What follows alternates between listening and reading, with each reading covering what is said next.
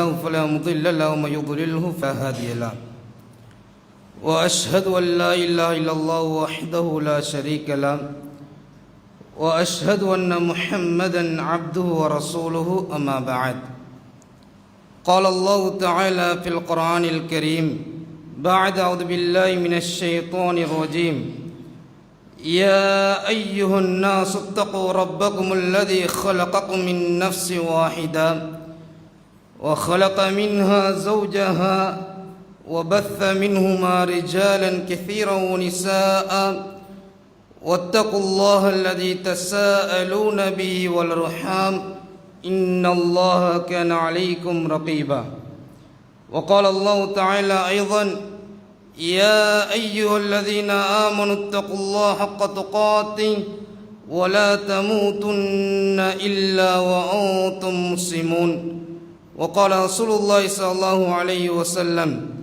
فإن أصدق الحديث كتاب الله وخير الهدي هدي محمد صلى الله عليه وسلم وشر الأمور محدثاتها وكل محدثة بدعة وكل بدعة ضلالة وكل ضلالة في النار சர்வல்லமையும் புகழ்ச்சியும் ஏக இறைவனாகிய வணங்கப்பட தகுதியான படைத்த ரப்புல் ஆலமீன் அவனுக்கு அனைத்து போலும் உரித்தாவட்டும். வார்த்தைகளில் சிறந்த தெளிவான வார்த்தை படைத்த ரப்புல் ஆலமீன் அவனுடைய வார்த்தை என்றும், வழிகாட்டல்களில் மிக முக்கியமான முன்மாதிரியான வழிகாட்டல் இறுதியாக அனுப்பப்பட்ட இறை தூதர் முஹம்மது ஸல்லல்லாஹு அலைஹி வஸல்லமுடைய வழிகாட்டல் என்றும், மார்க்கத்தின் பெயரால் புதிதாக நுழைவிக்கப்படக்கூடிய அனைத்து அனுஷ்டானங்கள் பித்ஆத்துக்கள், அனைத்து பித்ஆத்துக்களும் வழியேடுகள் இறுதியாக நரகத்தின் பால் இட்டுச் செல்லும் என பெருமானார் ஸல்லல்லாஹு அலைஹி வஸல்லம் கூறியதை இந்த புனிதமான இந்த தருணத்திலே ஞாபகம் முட்டிக் கொள்கின்றேன். அன்பார்ந்த ஈமானிய சகோதரர்களே, நாமெல்லாம் ஃபர்து ஐனா அந்த ஜும்ஆவுடைய கடமையை நிறைவேற்றுவதற்காக வேண்டி படைத்த ரப்புல் ஆலமீன் அவனுக்கு மிகவும் விருப்பமான இடங்களின் ஒன்றான அந்த மஸ்ஜிதிலே நாம் எல்லாம் ஒன்று சேர்ந்திருக்கின்றோம். அதே போல நாளை மறுமை நாளில் படைத்த ரப்புல் ஆலமீன் மஹ்ஷருடைய மைதானத்திலே ஒன்று சேர்ப்பதற்காக வேண்டி காத்து கொண்டிருக்கின்றான். அப்படிப்பட்ட அந்த சோதனை மிக்க அந்த தருணத்தில் படைத்த ரப்புல் ஆலமீன் அரசுடைய நிலை 7 கூட்டத்தாருக்கு வழங்குகின்றான். அந்த நெல்லை பெறக்கூடிய பெரும் பாக்கியசாலிகளாக நானும் என்னை பெற்றெடுத்த தாய் தந்தையர்களும் நீங்களும் உங்களை பெற்றெடுத்த தாய் தந்தையர்களுக்கும் விதியாக்க வேண்டும் என்ற இனிய பிரார்த்தனையுடன், அன்பார்ந்தவர்களே, இந்த இடத்திலே மிக முக்கியமான ஒரு தலைப்பு தரப்பட்டிருக்கின்றது. இந்த தலைப்பு அதிகம் ஞாபகமூட்டப்படக்கூடிய ஒரு தலைப்பாக இருக்கிறது. இது ஒரு புதிய ஒரு தலைப்பு கிடையாது. அதிகம் இதை பற்றிய ஒரு விழிப்புணர்வுகள் நாங்கள் கேட்டுக்கொண்டே வருகின்றோம். ஆனால் இஸ்லாத்துடைய மிக முக்கியமான ஒரு பகுதி வதக்கிர் ஃபைன்ன திக்ரா தன்ஃபவுல் முஃமினீன். நபியை நீங்கள் ஞாபகமூட்டுங்கள்.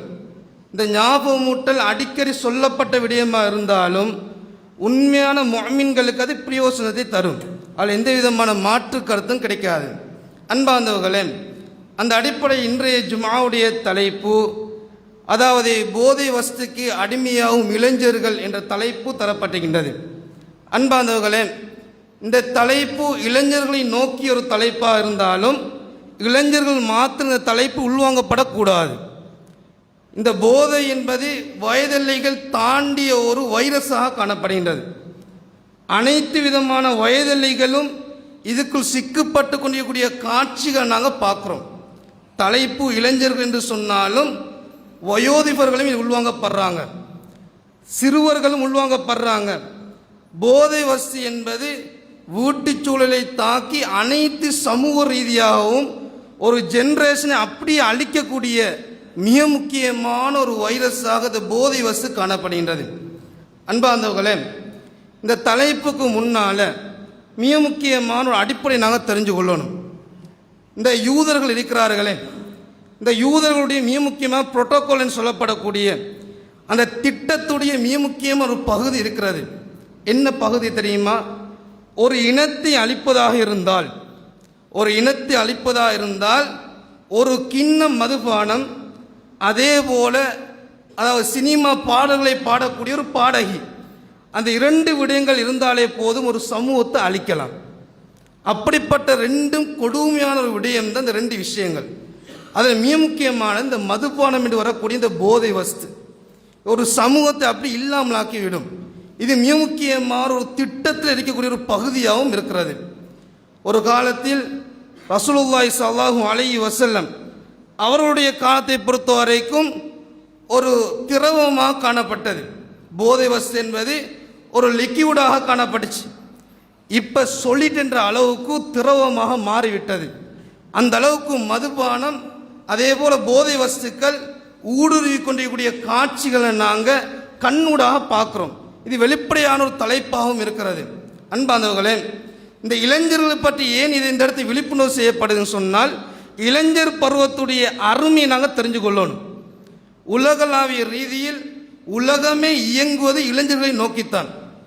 எந்த ஒரு பொருளையும் உற்பத்தி செய்வதாக இருந்தாலும் சரி, எந்த ஒரு பொருளையும் சந்தைப்படுத்துவதாக இருந்தாலும் சரி, ஏதாவது ஒரு நாட்டுடைய பொருளாதாரம் உயர்வதாக இருந்தாலும் சரி, மிக முக்கியமாக சொல்லப்படக்கூடியது அதாவது மனித மூலதனம் என்று சொல்லக்கூடிய இளைஞர் பருவம்.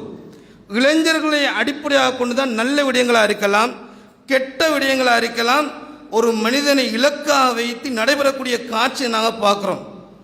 அதாவது ஒரு கவிதை ஒன்று சொல்லுவார்கள் அரபுல, லைத்த ஷபாபு பூ ஃபஸ்தரைத்தும், அதாவது லைத்த ஷபாபன் பூ ஃபஸ்தரைத்தும், அதாவது ஒரு இளமை பருவம் என்பது சந்தைக்கு விற்பனைக்கு வருமாக இருந்தால் அது அசாத்தியமான ஒரு விடயம். சந்தைக்கு விற்பனைக்கு வருமாக இருந்தால் யாராக இருந்தாலும் அதை வாங்கத்தான் பார்ப்பார்கள். இளமை பருவம் என்பது முக்கியமான பருவம். யாரும் ஒரு முதிய ஒரு பருவத்தில், வயது தள்ளாடக்கூடிய ஒரு பருவத்தில் வாழ்க்கையை கழிப்பது என்று யாரும் விரும்ப மாட்டார்கள். இளமை என்பது எனக்கு அடிக்கடி வரணும் என்ற ஆசை உள்ளத்தில் இருக்கும். அது அந்த அரபு கவிதை வருகிறது, இளமை பருவம் என்பது விற்பனைக்கு வருமாக இருந்தால் ஃபர்ஸ்ட் ரைட் அதை நான் வாங்கி விடுவேன். அது மிக முக்கியமான ஒரு பருவமாக இருக்கிறது. அந்த அடிப்படையில் இளமை பருவத்தை இளைஞர்களை நோக்கி இந்த போதை வஸ்து என்பது கடுமையாக பாயக்கூடிய காட்சிகள் நாங்கள் பார்க்குறோம்.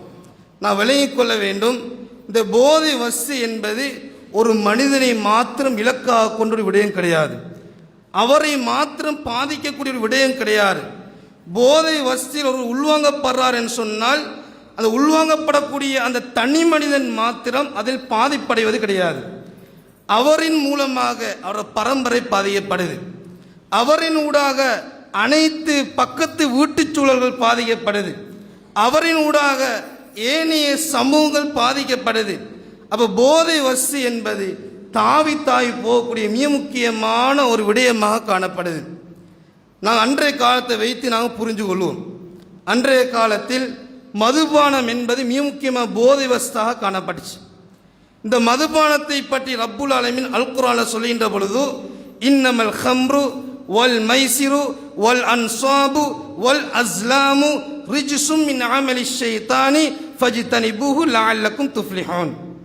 அல்லாஹ் ரப்புல் ஆலமீன் சொல்லி காட்டுகின்றான், நிச்சயமாக மதுபானமாக இருக்கலாம், சூதாட்டங்களாக இருக்கலாம், அம்பு எறிஞ்சு குறிப்பாகக்கூடிய காரியங்களாக இருக்கலாம், இது அனைத்தும் அசுத்தமான செயல். ரிஜிசுன், இந்த ரிஜிஸ் என்ற வார்த்தை என்பது அசுத்தம், ஒரு சுத்தமான ஒரு விடயம் கிடையாது. அதே போல அடுத்தது மின் அமலி ஷைத்தான், யாருடைய செயல்? ஷைத்தானுடைய செயல். அல்லாஹ் ரப்புல் ஆலமீன் இந்த போதை வஸ்துட 2 பண்புல சொல்லி காட்டுறான். ஒன்று ரிஜிசுன், இந்த போதை வஸ்து மதுபானம் இருக்கலாம், நவீன காலத்தில் இருக்கக்கூடிய எந்த விதமான போதை வஸ்தா இருந்தாலும் அதை இஸ்லாம் சொல்லக்கூடிய ஒரு பெயர் ரிஜிசுன், அசுத்தம். உலமாக்கள் சொல்வார்கள், இரத்தம் எப்படி அசுத்தமோ, சிறுநீர் எப்படி அசுத்தமோ, அதே போல மதுபானம் என்பதும் ஒரு அசுத்தம். மதுபானம் பட்டவண்ணமாக தொழுகை ஏற்றுக்கொள்ளப்படாது என்று அறிஞர்கள் சொல்லக்கூடிய கருத்தை நாங்கள் பார்க்குறோம்.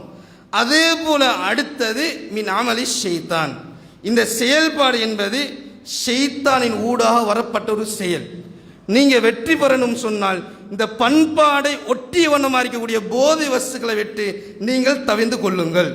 தவிர்ந்தால் நீங்கள் வெற்றி பெற்ற சமுதாயமாக மாறுவீர்கள் என்ற விடயத்தை ரப்புல் ஆலமீன் அல் குர்ஆன்ல சொல்லி காட்டக்கூடிய செய்தியை நாங்கள் பார்க்கலாம். அன்பார்ந்தவர்களே, அதே போல ஒரு அடுத்த கட்டமான விடயம், இந்த போதை வஸ்து என்பது எங்களுடைய ஈமானை குறைக்கக்கூடிய மிக முக்கியமான ஒரு விடயம். ஈமான் என்பது ஒரே அடியில் நிலையாக இருக்காது. ஈமான் என்ன செய்யும்? எஸீது வயன்குஸ், ஈமான் அதிகரிக்கும் குறையும். எப்போ ஈமான் அதிகரிக்கும் என்று சொன்னால், எனக்கும் அல்லாஹ்வுக்கும் உடனான தொடர்பு அதிகரிக்கப்பட்டால், எனக்கும் அல்லாஹ்வுடனான உறவு அதிகரிக்கப்படுமாக இருந்தால் ஈமான் அதிகரித்து கொண்டே போகும். அதே போல அடுத்தது, அல்லாஹ்வுக்கு மாற்றமாக உலகத்தை நான் வாழ்றேன் என்று சொன்னால் எங்களுடைய ஈமான் குறைவடையும். ஒரு ஹதீத் வருகின்றது, ஒலா யஷ்ரபுல் ஹம்ர ஹத்தா யஷ்ரபு வஹுவ முஃமின். ஒரு மனிதன் முஃமினான ஒரு அமைப்பில், மதுபானம் மறந்துகின்ற பொழுது முஃமினான ஒரு அமைப்பில், ஈமானிய அமைப்பில் மதுபானத்தை குடிக்க மாட்டான். இந்த இடத்தில் சொல்லப்படக்கூடிய வெளிப்படையான அர்த்தம், அந்த மதுபானத்தை குடிக்கின்ற பொழுது ஈமான் அவனை விட்டு கலட்டப்படுகின்றது, ஈமான் அவனை விட்டு குறைக்கப்படுகின்றது. அதனால் அவன் என்ன செய்கின்றான்? மதுபானத்தை குடிக்கிறான். அப்போ நான் விளங்கிக் கொள்ளணும், மதுபானம் என்பது ஒரு மனிதனை ஈமானை குறைக்கக்கூடிய ஒரு விடயமாக இருக்கிறது. இந்த இளைஞர்களை பாருங்க, இந்த அளவுக்கு என்று சொன்னால் மதுபானம் என்பது ஃபேஷனாக மாறிட்டு, சில இளைஞர்கள் மதுபான போதை வஸ்துக்களை தவிர்த்து நடக்கிற நேரம் சமுதாயம் கேவலமாக பார்க்குது. எந்த சமுதாயம்? நல்ல சமுதாயம் கிடையாது. இளைஞர் சமுதாயம் ஒருவன் மதுபானத்தை அருந்தவில்லை என்று சொன்னால், அல்ல ஏதாவது போதை வஸ்துக்கு அருந்தாம அப்படியே இருந்த அவனப்பா சொல்றது, என்னப்பா நீ சுத்த சூஃபியா இருக்கிறேன், கொஞ்சம் அடிச்சு பாரு, அடிச்சதை கிக்கே வேற, அதே போல கொஞ்சம் குடிச்சு பாரு என்று சொல்லக்கூடிய அளவுக்கு இந்த மதுபானம் சமூக ரீதியாக பரப்பப்பட்டு இருக்கிறது. அதே போல் இன்றைய இளைஞர்கள் தான் கெத்து என்று காட்பதற்காக வேண்டியும் மதுபானத்தை குடிக்கிறாங்க. அதை இன்னும் சில பேர் சொல்றாங்க, ஓவரா குடிச்சாதானே தப்பு, கொஞ்சம் குடிப்போம், லிமிட்டா குடிப்போம் என்று ஷைத்தானிய ஊடுருவல் மனதில் பாதிக்கப்படக்கூடிய அளவுக்கு இந்த மதுபானம் காணப்படுது. அதே போல் பாடசாலை மட்டங்களை அறிக்கலாம். அன்பார்ந்தவர்களே, ஒரு காலத்தில் மதுபானம் என்பது ஏதோ ஒரு வகையில் கேள்விப்படுவோம். ஆனால் தற்போது அடிக்கடி டெய்லி நியூஸாக கேட்கப்படக்கூடிய ஒரு விடயம், இந்த பாடசாலையில் இந்த யுவதி, இந்த மாணவன் போதைவசி பாதிக்கப்பட்டு ஸ்கூல் வளாகத்திலிருந்து நீக்கப்பட்ட வரலாறு கேள்விப்படுறோம். பேர்களை கேள்விப்படுற நேரம் முஸ்லிம்கள் இளைஞர்களுடைய பேர்கள் கேள்விப்படுறோம், முஸ்லிமான பெண்மணியுடைய பேர்களை கேள்விப்படுறோம். மிகப்பெரிய போதைவசி கடத்தல் ஈடுபட்ட ஒருவன் பேரை கேட்கிற நேரம் சித்திக் என்ற பேர் வருகின்றது. ஆச்சரியமான பெயர்கள், உண்மையான என்ற பெயர், ஆனால் செய்யக்கூடிய விடயம் அனைத்தும் பொய்யான விஷயமா இருக்கிறது. அந்த அளவுக்கு மதுபான போதை வசி என்பது ஊடுருவக்கூடிய விடயங்கள் நாங்கள் பார்க்குறோம். அன்பாந்தவர்களே, என்னிடத்தில் ரசூலுல்லாஹி ஸல்லல்லாஹு அலைஹி வஸல்லம் சொல்லி காட்டுறாங்க, குல்லு முஸ்கிரின் ஹம்ருன். அன்றைய காலத்தில் மதுபானம் என்பதுதான் போதை வஸ்தாக காணப்பட்டது. அப்போ அந்த அடிப்படையில் பொதுப்படையாக வரக்கூடிய ஒரு செய்தி, எதெல்லாம் ஒரு போதை ஏற்படுத்துமோ, எதெல்லாம் போதையை தருமோ அனைத்தும் மதுபானம். இப்போ நிறைய பேரை பாருங்க, வித்தியாசமான நவீன அளவுக்கு போதை வஸ்து வந்திருக்குது. என்ன சொல்றாங்க? மதுபானம் என்பதுதான் போதை வஸ்து, இந்தந்த பேர்கள் நவீன தொழில்நுட்பம் வந்திருக்கிறது, இதெல்லாம் ஹராம் கிடையாது என்று சொல்லி என்ன செய்யறாங்க? இந்த போதை வஸ்துல உள்வாங்குறாங்க. இதான் இஸ்லாம் சொல்லி காட்டுது, எதெல்லாம் உங்களுக்கு போதையை தருமோ அது என்ன பேர்களை வைக்கலாம், அது எந்த விதமான பேராகவும் இருக்கலாம்.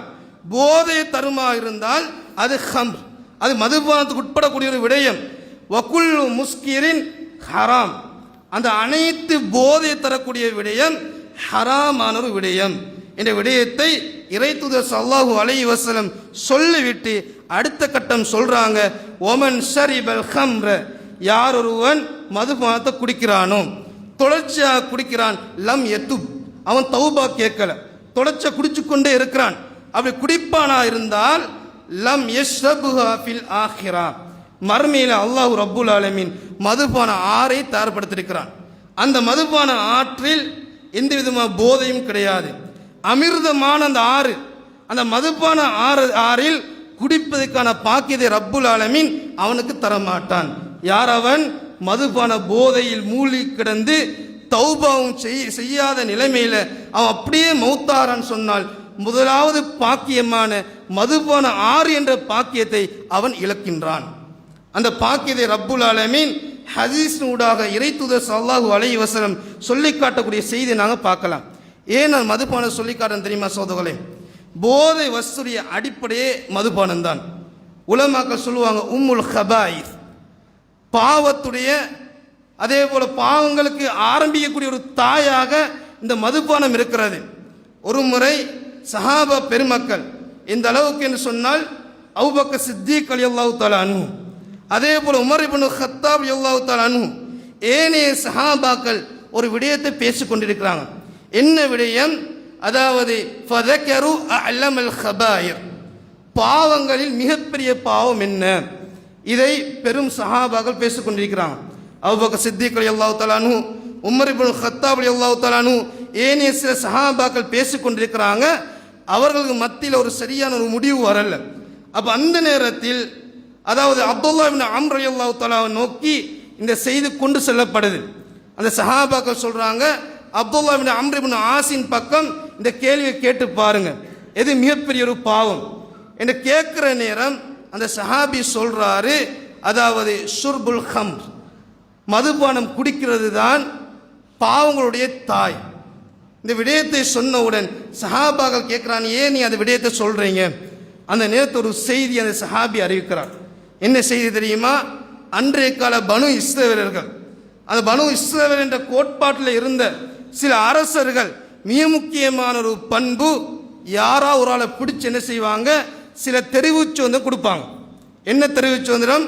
ஒன்று நீ மது குடிக்கணும், அல்லது நீ கொலை செய்யணும், ஒரு இளைஞனை அல்லது ஒரு குழந்தை நீ கொலை செய்யணும், அல்லது விபச்சாரம் செய்யணும், ஏதாவது ஒன்று நீ செஞ்சுதான் ஆகணும் என்று கட்டம் வருகின்ற பொழுது அந்த நேரத்தில் ஒரு மனிதன் கொலை செய்வதற்கு பின்வாங்குவான், அதே விபச்சாரம் செய்வதற்கு பின்வாங்குவான். அந்த நேரத்தில் தெளிவாக எடுப்பது மதுபானம். மதுபானத்தை குடித்து அந்த விடயத்திலிருந்து கலர பார்ப்பான். இந்த விடயத்தை வைத்து அந்த ஹதீஸுடைய அறிவிப்பில் வருகின்றது உம்முல் ஹபாயிஸ், பாவங்களுடைய தாய் மதுபானம். ஒரு மதுபானம் குடிச்சிட்டான் என்று சொன்னால் எதெல்லாம் விட்டானோ அதெல்லாம் செய்வான். தெரிவு சுதந்திரம் அடிப்படை வரக்கூடிய அந்த விபச்சாரமாக இருக்கலாம், தெரிவு சுதந்திரம் என்ற அடிப்படையில் வரக்கூடிய கொலையாக இருக்கலாம். இது அனைத்தையும் புறக்கணித்து மதுபானம் குடிக்கின்ற பொழுது மதுபானம் என்ன செய்யும்? விட்ட அனைத்து தேர்வு சுதந்திரத்தையும் செய்கிறதுக்கு தூண்டும். இதான் மதுபானம். மதுபானம் என்பது அனைத்து ஹராத்தையும் செய்வதற்கான ஒரு நேரத்தை, ஒரு எண்ணத்தை ஏற்படுத்தக்கூடிய ஒன்றாக இந்த மதுபானம் காணப்படுகிற சோதர்களே.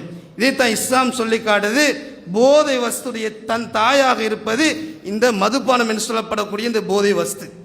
அதே போல் அடுத்த கட்டை நாங்கள் பார்க்கலாம், சமூக ரீதியாக பார்க்கப்படக்கூடிய நிறைய போதை வஸ்துகள் இருக்குது. உலகளாவிய ரீதி நாங்கள் பார்க்குற நேரம் நிறைய போதை வஸ்து செய்யக்கூடியவர்கள் நாட்டுடைய பொருளாதார நம்பிக்கொண்டிருக்கிற அளவுக்கு போதை வஸ்து மாறிக்கிறது. ஒரு நாட்டுடைய அரசாங்கமாக இருக்கலாம், உலகளாவிய ரீதி அதுக்கான சில அதாவது சப்போர்ட்டுகளை கொடுக்கக்கூடிய அதாவது நிறுவனங்களாக இருக்கலாம், இந்த போதை வஸ்துக்கு சப்போர்ட் பண்ணி கொண்டு அதனுடைய வருவாயின் ஊடாக ஒரு நாட்டுடைய பொருளாதாரத்தை கொண்டு போகின்ற அளவுக்கு இந்த போதை வஸ்து என்பது மிக முக்கியமாக பொருளாதாரமாக மாறிக்கிறது.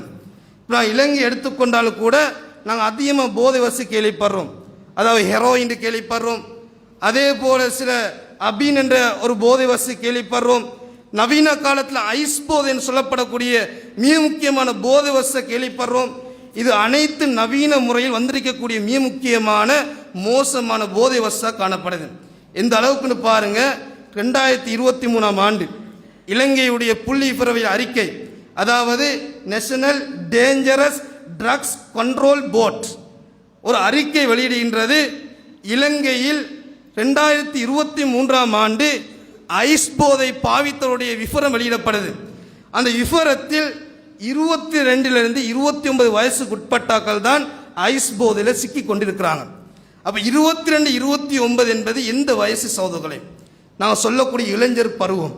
எந்த அளவுக்குன்னு பாருங்க, ஒரு இடத்துல நடக்குது சகோதரர்களே, ஒரு சம்பவம் நடக்குது. தண்ட மகன் ஐஸ் போதை ஈடுபடுறான் என்பது தாய்க்கு தெரிகிறது. தண்ட மகன் ஐஸ் போதை ஈடுபடுகின்றான், நடவடிக்கை மாறுகின்றது. வித்தியாசமான ஃப்ரெண்ட்ஸ்மார்கள் நேர காலம் தெரியாமல் வருகின்றார்கள். ஏதோ ஒரு கொடுக்கல் வாங்கல் நடைபெறுகின்றது, சந்தேகம் ஏற்படுகின்றது. ஆனால் சில பெற்றோர்கள் எப்படி பிள்ளைகளை புரிஞ்சிருக்கிறான்னு சொன்னால், எந்த மகன் அதில் ஈடுபட மாட்டான், எந்த புள்ள அதெல்லாம் செய்யாது என்ற புள்ள படிப்பும் ரூமும் அதே போல இந்த வாழ்க்கை அந்த புள்ள இருக்குது என்று சொல்லி பெற்றோர்களை வீட்டுச்சூழலிருந்து மதுபானத்தை பழக்கி விடுறது. எந்த அளவுக்கு விபரீதம் உருவாகுதுன்னு சொன்னால் அந்த புள்ளை ஒரு இடத்துல மாட்டிப்படுகின்றது, விசேட படையினூடாக மாட்டிப்படுகின்றது, ஐஸ் போதை விட்டுறதாக சொல்லி கையும் களவும் மாட்டிப்படுது. எப்போ தாய் தந்தை முன்னால் தெரியப்படுது புள்ள ஐஸ் போதை பாவிக்குது, புள்ள கொஞ்சம் நடவடிக்கை சேஞ்ச் ஆகுது, புள்ள அதிகமாக கோவப்படுது, புள்ள அதிகமாக தூங்குது, கொஞ்சம் பிள்ளையுடைய அந்த ஹெல்த் கண்டிஷன் மோசமாகுது, வித்தியாசம் புள்ள நடக்குது. இதெல்லாம் உணர்ந்த பெற்றோர்கள் புள்ளைய என்ன செய்ய இயலாது, டெஸ்ட் பண்ண இயலாது. ஏன்னா யூத கலாச்சாரம் தற்போது ஊடுருவி பட்டிருக்குது, மேற்கத்திய கலாச்சாரம் தற்போது வளர்ந்துருக்குது. Privacy problem. என்ன பிரைவசி ப்ராப்ளம்? தண்ட புள்ளோட ஃபோனை செக் பண்ணால் பிரைவசி ப்ராப்ளம். தண்ட புள்ள கொஞ்சம் கட்டிலிக்குள்ள கொஞ்சம் உசத்தி பார்க்குற நேரம், அதே போல் ஏதாவது பைகள் கொண்டு வருகின்ற போல செக் பண்ணுறது கூட பிரைவசி ப்ராப்ளம். ஏன்? அது ஏதாவது புள்ள வேற மாதிரி நினைச்சிடும், பிள்ளையுடைய தனிப்பட்ட விஷயம் நாங்கள் கிளப்புற மாதிரி போகும் என்று சொல்லி பாவங்கள் வீட்டுக்குள்ள வாரத்து கூட சில பெற்றோர் உடந்தே இருக்கிறாங்க. சகோதரர்களே, நல்லா விளங்கிக் கொள்ளுங்க. நீங்க நினைப்பதை விட போதை வசி பரிணாம வளர்ச்சி அடைஞ்சிக்குது. நாங்கள் நினைக்காத அளவுக்கு அது மாறி இருக்கிறது. எந்த அளவுக்குன்னு பாருங்க, போதை வசிக்கு எடிக்ட் ஆன பிள்ளைகள் போதை கிடைக்காமல், அதாவது எத்தனால் சொல்லப்படக்கூடிய ஒரு பதார்த்தம், இந்த பதார்த்தம் என்பது ஆல்கஹாலுடைய மிக முக்கியமான ஒரு பதார்த்தம். இந்த பதார்த்தம் ஃபார்மசிகளில் சில மருந்துகளில் கலக்கப்படுது. சிறப்புன்னு சொல்லப்படக்கூடிய, அதாவது இருமல் மருந்துகள், காய்ச்சலுக்காக குடிக்கப்படக்கூடிய அந்த பானிகளில் அந்த பதார்த்தம் கலக்கப்படுது. இந்த அளவுக்கு போதையில் ஊர்ன பிள்ளைகள் அந்த மருந்துகளை வாங்கி அளவுக்கு மீறி குடிச்சு போதை ஆகிறாங்க. அந்த அளவுக்கு இப்போ மாறி இருக்குது. பார்மசியில் உடல் ஆரோக்கியத்தை கட்டுப்படுத்துறதுக்கு தான் மருந்து எடுக்கப்படுது. ஆனால் தற்போது பார்மசிகளில் ஏதோ டிஸ்கிரிப்ஷனை காட்டி, ஏதோ மருத்துவ அட்டையை காட்டி அந்த மருந்துகளை எடுத்து போதையாக பிள்ளைகள் பாவிக்குது. அதை பாவிச்சு போதைகளுக்கு உள்வாங்கப்படக்கூடிய பிள்ளைகள் இருக்கிறாங்க. இதெல்லாம் சகோதரர்களே போதை வசுகள் தூண்டப்படக்கூடிய மிக முக்கியமான விடயங்களாக இருக்கிறது. எங்களுக்கு தெரியும், இந்த ஐஸ் போதை அதிகமாக கேள்விப்படுறோம். இந்த ஐஸ் போதை உருவாக்கப்படுது 1893ஆம் ஆண்டு ஜப்பானில் உருவாக்கப்படுது. ஐஸ் போதை உருவாக்கிய நாடு எது? ஜப்பான். உருவாக்கிய நோக்கம் என்ன? இரண்டாம் உலக யுத்தத்தில் அமெரிக்கா, ஜப்பான், ஜெர்மன் இந்த மூன்று நாடுகளும் அவனுடைய படைகளை உற்சாகப்படுத்துவதற்காக வேண்டி, சோல்ஜர்ஸ்களை உற்சாகப்படுத்துவதற்காக வேண்டி ஒரு பானமாக உருவாக்கப்பட்ட இந்த ஐஸ் போதை. ஐஸ் போதை குடிச்சா ஒரு கிக் ஆகும், அந்த ஒரு எனர்ஜி ஆகும் என்ற நோக்கத்துக்காக வேண்டி அந்த நாடுகள் உருவாக்கிச்சு. அந்த நாடுகள் உருவாக்கி அதை அருந்த வைத்து அந்த சோல்ஜர்ஸ்களை உற்சாகப்படுத்தி யுத்தங்களில் ஈடுபட வச்சாங்க. அதே உருவாக்கிய நாடுகள் பிற்பட்ட காலத்தில் அந்த சோல்ஜர்ஸ்களுடைய மரணத்துக்கு அந்த ஐஸ் போதை காரணமாகுது. அதே போல் அந்த ஐஸ் போதை அந்த யுத்தம் முடிஞ்ச பிறகு அதிகமாக பாவனைக்கு வருது. இதெல்லாம் நாட்டுடைய பொருளாதாரம், ஹியூமன் கேபிட்டல் சொல்லப்படக்கூடிய இளைஞர்கள் அனைவரும் மடிஞ்சு விழுகின்ற பொழுது என்ன செய்யறாங்க? உருவாக்கிய நாடு அதை பேன் பண்ணுது. அதைத்தான் எங்களை இளைஞர்கள் தற்போது குடிச்சு கொண்டிருக்கிறாங்க. வடமாகாண பகுதிகளில் அதே போல சில, அதாவது வடமத்திய, அதே போல மேல் மாகாணங்களில் இதெல்லாம் ரெட் ஏரியா என்று சொல்ற அளவுக்கு ஐஸ் போதை பரவி கொண்டிருக்குது. இந்த அளவுக்கு சகோதரர்களே, இந்த ஐஸ் போதை விபரீதனை விளங்கிக் கொள்ளுங்க. மனிதனை மிருகமாக்கக்கூடியது. மனிதனுடைய மனித தன்மையை அழிச்சு அவனை மிருகத்தன்மையை கொண்டு வரது இந்த ஐஸ் போதை. ஒரு உதாரண சம்பவத்தை சொல்றேன். நடந்த ஒரு சம்பவம் வடமாகாணத்தில் யாழ்ப்பாணத்தில் நடைபெற்ற ஒரு சம்பவம். அந்த சம்பவத்தில் பேட்டெடுக்கின்ற பொழுது தாயுடைய பெயர் மறைக்கப்படுகின்றது, அந்த இளைஞனுடைய பெயர் மறைக்கப்படுகின்றது, அதனோடு சம்பந்தப்பட்ட உறவுகளுடைய பெயர்கள் மறைக்கப்பட்டு அந்த சம்பவம் தெளிவுபடுத்தப்படுது. என்ன சம்பவம் தெரியுமா சகோதரர்களே? அந்த இளைஞன் நல்லா படிக்கக்கூடிய ஒரு இளைஞன், ஓ லெவலில் 9 எடுத்தவன், ஏ லெவலில் பயோ என்ற பாடத்தை எடுத்திருக்கிறான். அந்த ஊருடைய நம்பிக்கை இவன் எப்படியும் டாக்டர் என்ற வாய்ப்பு கிடைக்கும், மெடிசின் கிடைக்கும் என்ற நம்பிக்கையின் அடிப்படையில் நல்லா படிக்கக்கூடியவர்கள். நல்லா விளங்கிக் கொள்ளுங்க. ஐஸ் போதை யாரை நோக்கி வருது தெரியுமா சகோதரர்களே? ஊரின் நல்ல முறையில் வாழக்கூடிய இளைஞர்கள், அதே போல ஊரில் கண்ணியத்தில் வாழக்கூடிய இளைஞர்கள், நோக்கி போதை வசதி நோக்கி வருகின்றது. எப்படி அந்த ஜெனரேஷன் அழிப்பதற்காக வேண்டி. அந்த அடிப்படையில் அந்த இளைஞனுடைய நண்பர்கள் என்ன சொல்றாங்க, கொஞ்சம் நீ குடிச்சு பாரு, நான் ஏற்கனவே சொன்னா இல்லையா, கொஞ்சம் குடிச்சு பாரு, நல்லா இன்ட்ரெஸ்ட் ஆகிக்கும், படிக்கிறதுக்கு வெறி வரும், படிக்கிறதுக்கு வெறி வரும். இந்த படிக்கிறதுக்கு வெறி வரும் என்ற ஒரு விடயத்தை சொன்னதன் காரணமாக ஐஸ் போதை உள்வாங்குகிறான். நல்லா விளங்கிக் கொள்ளுங்க, ஒரு முறை உள்வாங்கினால் கலண்டு வருவது என்பது சிரமமான விடயம். அவனாவே கலண்டு வந்தால் ஒழிய அல்லாஹ்வுடைய நாட்டத்தின் பிரகாரம் அவனுடைய முயற்சியின் ஊடா வந்துட்டான்டால் அல்ஹம்துலில்லாஹ். அதை உள்வாங்குகின்றான். எந்த அளவுக்கு தெரியுமா சகோதரர்களே, மனித மிருகமாக சொன்னா இல்லையா, மனித மிருகத்தன்மையை அந்த போதை வசு கொண்டு வருது. எந்த அளவுக்கு கொண்டு வருதுன்னு சொன்னால், அவன் அதை ஐஸ் போதை குடிக்கின்ற பொழுது அவன் நடத்தி மாறுகின்றது. தாய்க்கு அடிக்க பார்க்கின்றான், அவனுடைய சகோதரிக்கு அடிக்க பார்க்கின்றான். ஒரு கட்டத்தில் செக்ஷுவல் ஹரஸ்மெண்ட், செக்ஷுவல் எபியூஸ், அதாவது பாலியல் ரீதியான துஷ்பிரயோகம். எந்த அளவுக்குன்னு சொன்னால் தன்னுடைய சகோதரியை பாலியல் துன்புறுத்துற அளவுக்கு மாறிட்டான். அந்த விடயத்தை தாங்க முடியாத தாய் சகோதரியோட இடத்துக்கு அனுப்பிவிட்டு தாய் மகன்கிட்ட மாட்டிக்கொள்கின்றான். தாய் மகன்கிட்ட மாட்டிக்கொள்கின்றாள். எந்த அளவுக்கு உண்டால் சகோதரியை காப்பாற்றின தாயை அவன் என்ன செய்ய, சகோதரி இழந்த பிறகு தன்னுடைய தாயை செக்ஷுவல் ஹரஸ்மெண்ட் சொல்லப்படக்கூடிய, அதாவது எபியூஸ் சொல்லப்படக்கூடிய துஷ்பிரயோகத்தை தன் தாயின் ஊடாக அனுபவித்த சம்பவம் யாழ்ப்பாணத்தில் பதியப்பட்டிருக்கிற சகோதரர்களே. எந்த அளவுக்கு ஒரு மனிதனை மாற்றுகின்றது. பெத்த தாயை விபச்சாரம் செய்கின்ற அளவுக்கு, பிள்ளைகளை மாற்றக்கூடிய அளவுக்கு ஐஸ் போதை இருக்குதுன்னு சொன்னால் எந்த அளவுக்கு போதை வசதி பரிணாமம் வளர்ச்சி அடைஞ்சிருக்குது. அன்பாந்தவர்களே, அல்லாஹ் பாதுகாக்க வேண்டும். இப்படிப்பட்ட போதை வசதிகள் பெற்றோர்கள் அளிக்கக்கூடிய நாங்கள், பெற்றோர் அளிக்கக்கூடிய நீங்க என்ன செய்யணும், பிள்ளையுடைய நடவடிக்கையை நீங்கள் கட்டாயம் ஒப்சர்வ் பண்ணுங்க. பிள்ளை எங்கே போகுது, யாரோட பழகுது, அதே போல் பிள்ளை நடத்த என்ன சேஞ்ச் ஆகுது, பிள்ளையுடைய படிப்பில் திறமை குறைஞ்சிருக்குதா, அடிக்கடி பிரைண்டில் வருத்தம் வருதா, மூளை ரீதியாக வருத்தம் வருதா, அதே வித்தியாசம் டயர்டுகள் அந்த பிள்ளை உணருதா, கொஞ்சம் செக் பண்ணி பாருங்க. அல்லாஹ் பாதுகாத்த பிள்ளைகளை தவிர சில பிள்ளைகள் போதை வசதியில் இன்னும் சிக்கப்பட்டு கொண்டிருக்கிறாங்க. அல்லாஹ் ரப்புல் ஆலமீன் இப்படிப்பட்ட போதை வசதிகள் இருந்து எங்களுடைய இளமை தலைமுறைகளை பாதுகாக்க வேண்டும். முடித்துக் கொள்கின்றேன். வாஹி தவானா அல்ஹம்துலில்லாஹி ரப்பில் ஆலமீன்.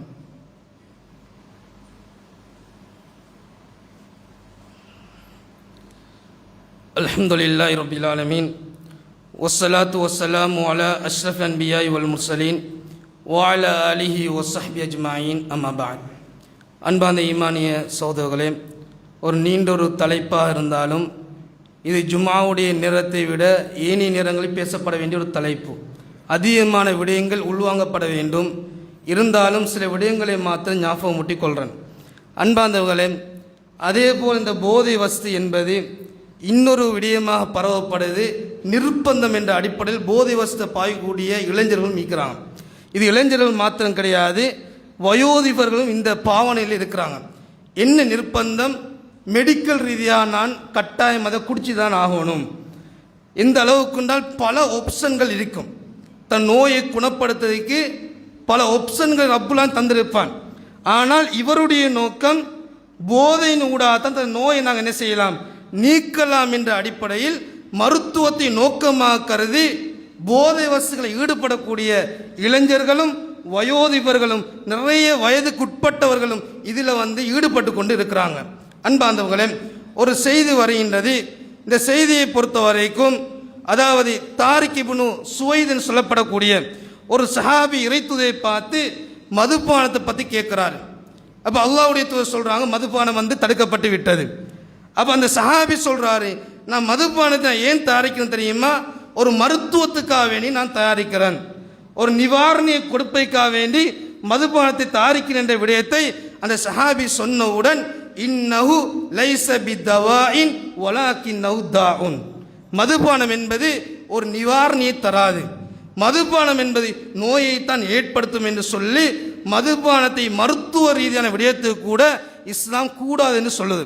ஆனால் அறிஞர்களை பொறுத்த வரைக்கும் இந்த ஹதீதை அடிப்படையாக வைத்தும் ஃபிக்ஹ் ரீதியான காய்தா வச்சு சொல்கிறாங்க, அவ்வரூராத் துபிஹுல் மஹ்தூராத்.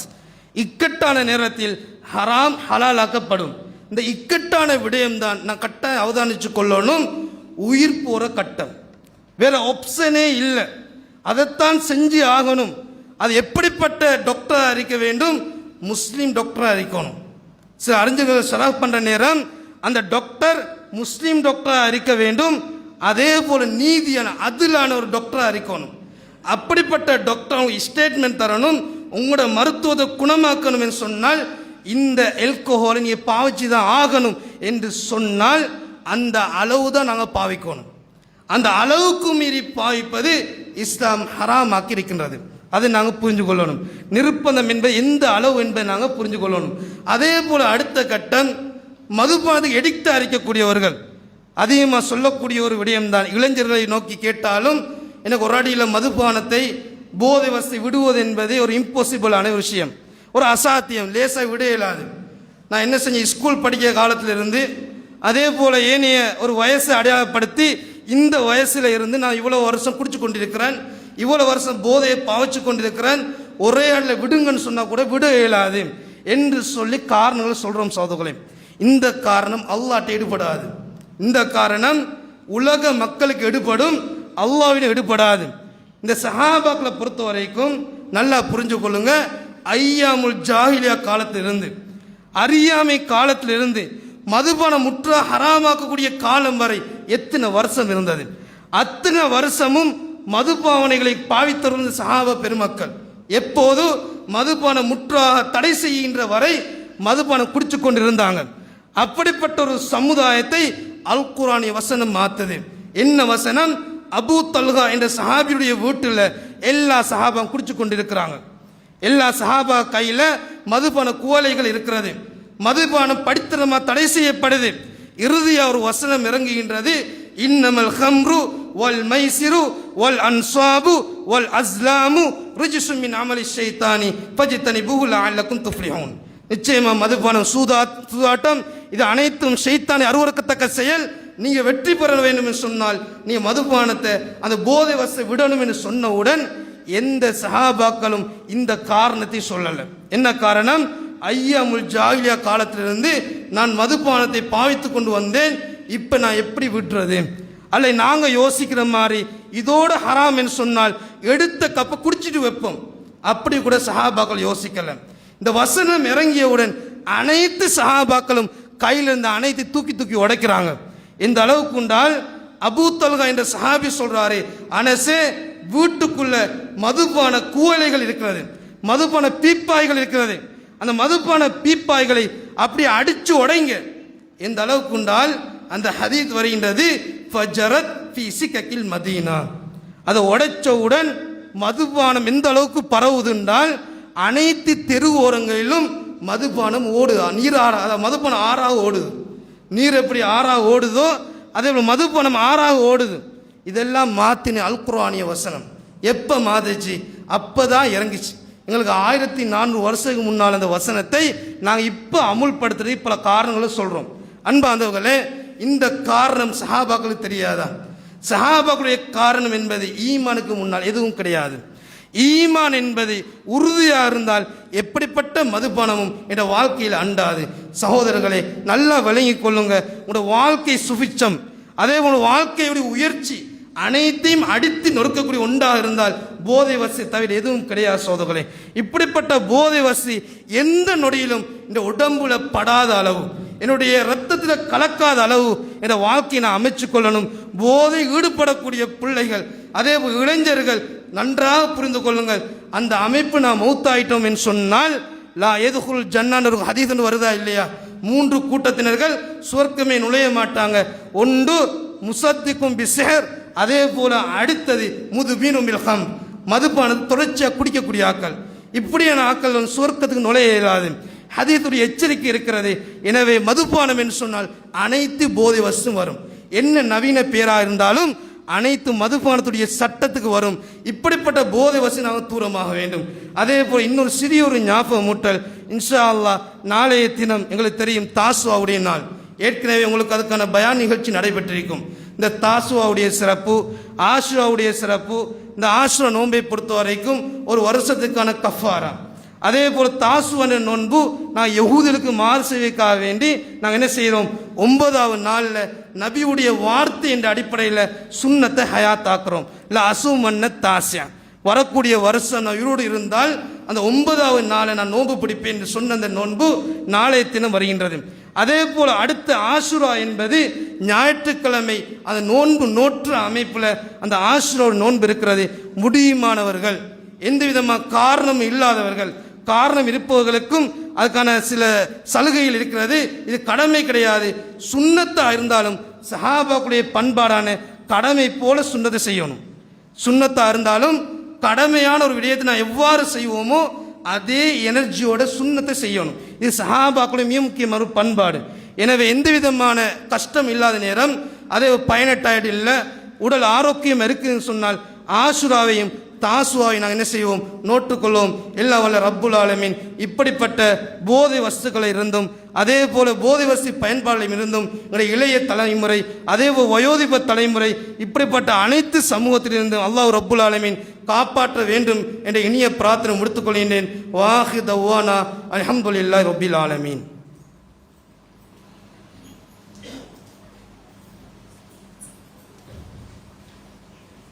اللهم